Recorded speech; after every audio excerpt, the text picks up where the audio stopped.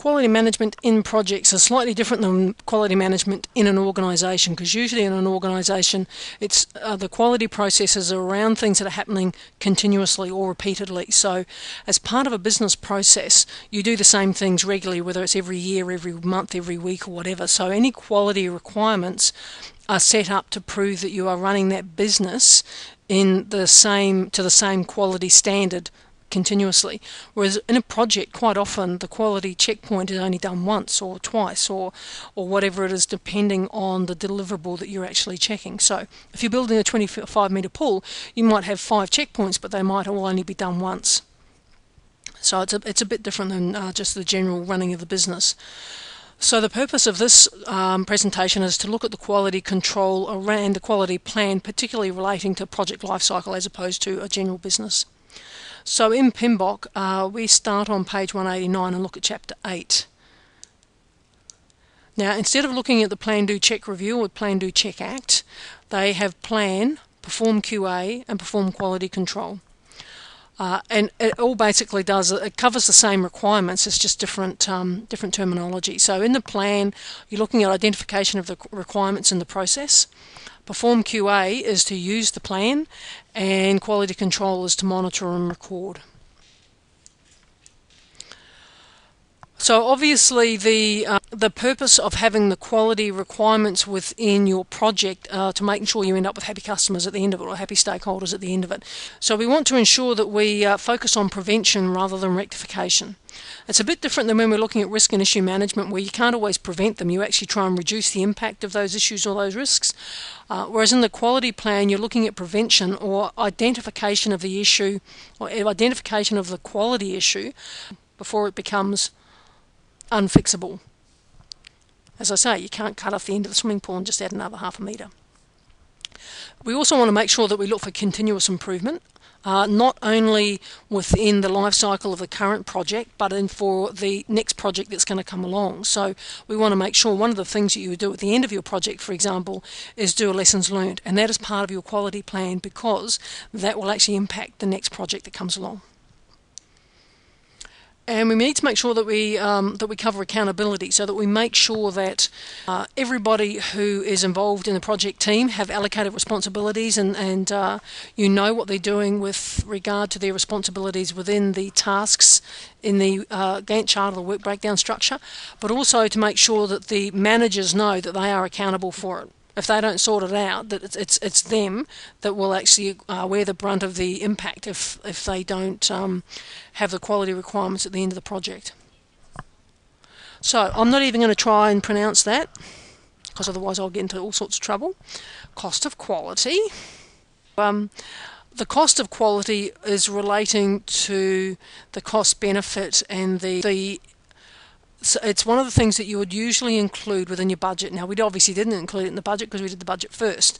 But normally, after you've done this, you would have to go back to your budget and add the costs for the quality. So there's several different things you need to think of. One is the cost of conformance. So how much is it going to cost you to have the resources and the gadgets and whatever it is that you need to do testing throughout the quality checks of your project, depending on what it may be. It might be visual checks, it might be reports that you get in. You might need to get an external engineer to come in and tick and flick some things and make sure that things are done to the right standard. You might need somebody from a head office to come in or view video footage that you've taken, or whatever it might be. So it's the cost of conformance, the improvements, the efficiency, the reputation, etc. And it's the reputation, as opposed to if you do not have a quality project, what actually happens as a result of it. I mean, the cost of non-conformance, if they don't do it, if they don't spend that extra few bucks on the quality checks, the same with you guys. You know, brand for you guys would be so important. If somebody didn't do those checks and didn't, even though it might only be an internal requirement, if somebody didn't do that, the actual impact of the impact on your brand, especially if it got out in the media that something happened or something wasn't, and especially if it's a mockery of something, it's just so damaging. It's just not worth the pain of having gone through it. So quite often when you're writing the scope or you're writing the budget of a project, this is the sort of thing that you have to put in there to give them the justification of the money and the budget you will have to require or demand in order to be able to follow the proper quality plan. And I can't imagine what it would be like for somebody would be getting their backside kicked somewhere very... Quite often in a situation like that, though, it's the two blokes that are at the sharp end of the stick. It's obviously someone further up the chain who's made those decisions. Yep. Yep. So obviously you need to make sure that whatever you're doing here is included in the budget. So in order to be able to write a good quality plan, you need all of these things. And obviously once you've written the quality plan, you need to go back and change these things because one will affect the other. So you obviously need the scope so that you can include this information in the scope, but all of the quality deliverables and the requirements, etc., will go into the quality plan. You need your work breakdown structure or your Gantt chart or whatever scheduling tool that you're using, whatever it may be, to make sure that you can add the quality tasks in there.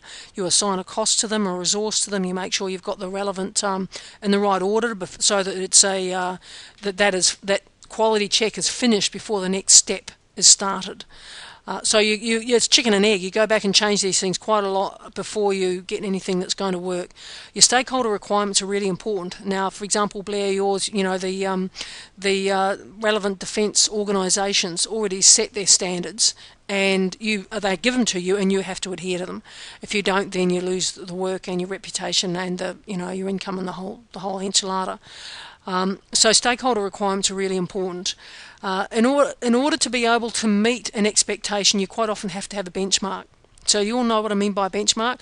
Benchmarks are a line in the sand or a line on the bench, as the case may be, which is your yardstick. You turn around and say, in order for us to have passed this quality requirement, we know that we've achieved this because we got to a certain point and it was a yes or a no. Yes, we've measured the hole in the ground and it's 25.5 metres because we've got to pour concrete. Yes, we've measured it again once concrete's poured and we've allowed for tiles and it's still 25 metres, that's fine. Yeah, so you're actually making sure that you've got the benchmarks, a line in the sand that you can say yes or no to once you get to those checks or the checklists that you're going through. You know that you've got your issue and risk registers. Quite often it's the highest risk requirements or the deliverables that you have to plan the most quality around to reduce the impact of those risks or to move the responsibility of those risks depending on what you're doing. We haven't obviously covered those subjects yet, that subject yet.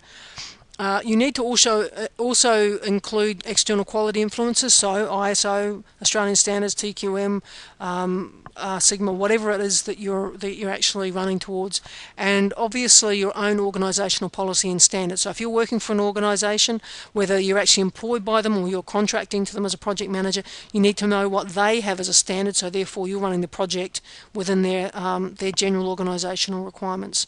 So it sounds like an absolute nightmare, but as long as you know at the beginning what you've got to do, then